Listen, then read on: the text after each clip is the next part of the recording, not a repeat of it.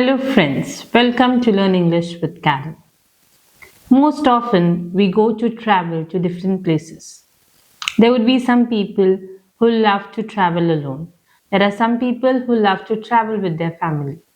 And when we come back, we want to talk about our experiences, the joy that we felt during this journey, and we want to express it to our colleagues and friends.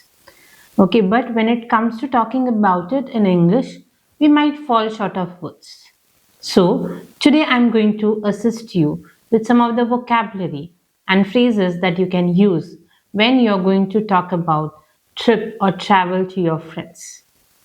Now, when it comes to types of travels, so you could actually tell your friends what type of a traveler you are. So now when it comes to traveling, it could be that you are a seasoned traveler, a person who loves, exploring places. You know so much about travel that I will probably term you all to be a seasoned traveler who knows every rope of traveling. So you can even assist your friends in doing, or trying to explore different places. Then there is a person who loves traveling alone. We call this person to be a solo traveler. Now, again, when it comes to solo, it does not depend on the nature, introvert or extrovert. Okay, there are some people who are introverts who love staying alone, and that's the reason why when it comes to traveling, also they prefer going out alone and enjoying that solitude. But there are some people who are social, yet they also try to actually go through some of the off-beaten places. So you can actually try to say that even if you are an extrovert, that you are a solo traveler. Then there would be some people who are kind of family travelers. So they cannot go alone. They always want their kids, or they could be their relatives whom they travel with. Or you could say a company that they need with whom they would travel. And there are some people who love adventure traveling. So they want to, do lot of outdoor activities, try or explore different new things, thrilling experiences that they want, once in lifetime experience. So they can mention that to be also a trip of their lifetime. What new things that they have done during that particular vacation. So this is how there are different types of travel. Definitely there would be others. Okay, but I'm just describing some, and you could mention what type of a traveler you are. Apart from being that traveler, now when you go to any place, okay, what is the other thing that you look for? Is your stay. How are you going to stay at that particular place? So then when you're trying to mention, you could talk about what are the different options of accommodation that are there and which one did you prefer. So now when it comes to a lot of bachelors, they're not earning. Okay, they are dependent on their parents. So when they go for outings or for any trip, they might not prefer luxurious hotels. They are going to think about budget friendly options. And in India there are a lot of budget friendly options. So it could be kind of a youth hostel. So if you go to a youth hostel, it's kind of a big dormitory wherein there are beds, single bed, double bed, whatever it is. Yeah, and you can stay there at reasonable prices. So then you'll say that since I was thinking about my budget, I preferred a youth hostel. Then if you are a person who are going with family, definitely you're going to go to some good hotels. So it could be a boutique hotel or a luxurious hotel that you have preferred. So you could mention about it. There are some people who actually explore places, but even when they are exploring, they want their own kitchen. So this kind of people would actually prefer self-catering apartment where there is kind of a one BHK, you could say, one bedroom, hall, kitchen. So where there is a kitchen where you can go cook for your own self the meals that you want and again enjoy that beauty of that different place. So you could also talk about it. And there are some people who love to stay in guest houses. So now guest houses have been like rented apartments that have been given, and they are also a beautiful place to stay. So you could actually mention that yes, recently I've been to this place. Okay, so mention the name of that place where you have been. Talk about it. That did you go with family or did you travel alone? You're a solo traveler, mention it. Then try to mention, yes, I went, I love trying to mix with people. So I opted for a guest house. So, what a beautiful way of connecting with people and trying to tell what kind of a personality you are. Then, coming to the next thing, after talking about apartment, or you could say stay, what are the things? We just don't go there to stay, right? We go there to explore places. We probably do a lot of sightseeing.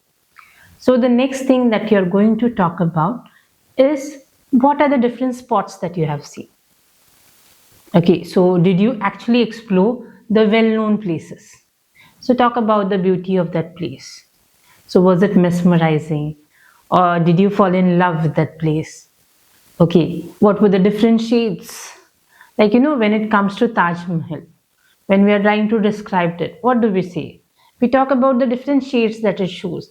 That even if it's a white marble building, we say that white monument, but you say it's not throughout the day, it's white in color.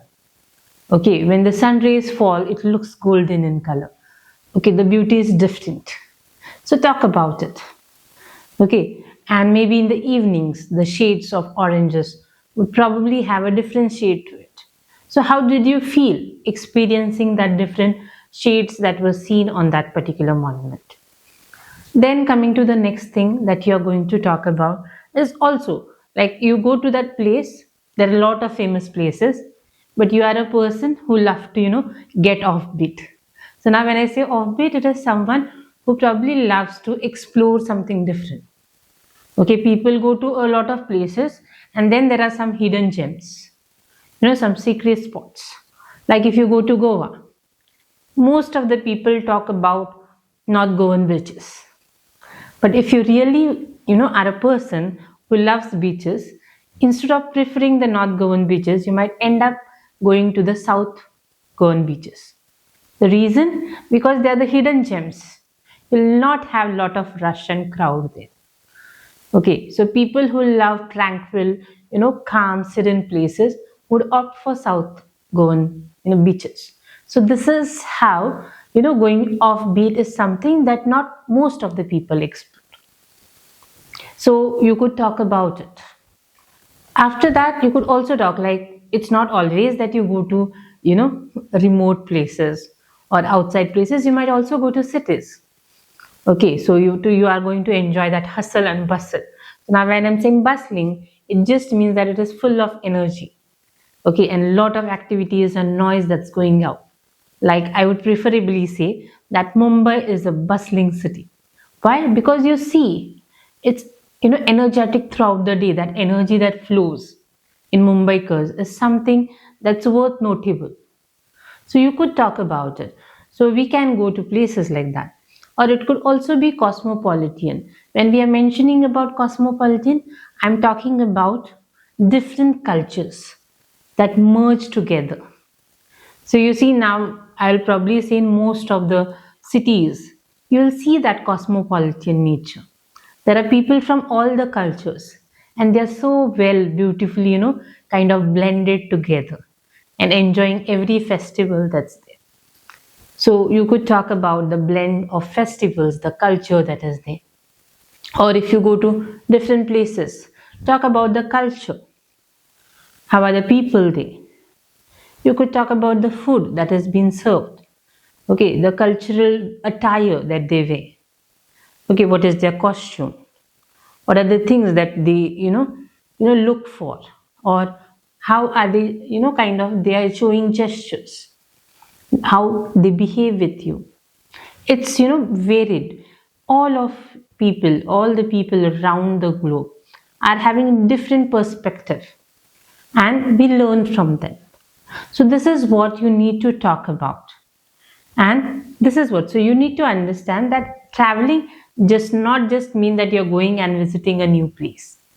It is where you're going, mixing up, blending into a new different culture, trying to understand, trying to, be a part of it.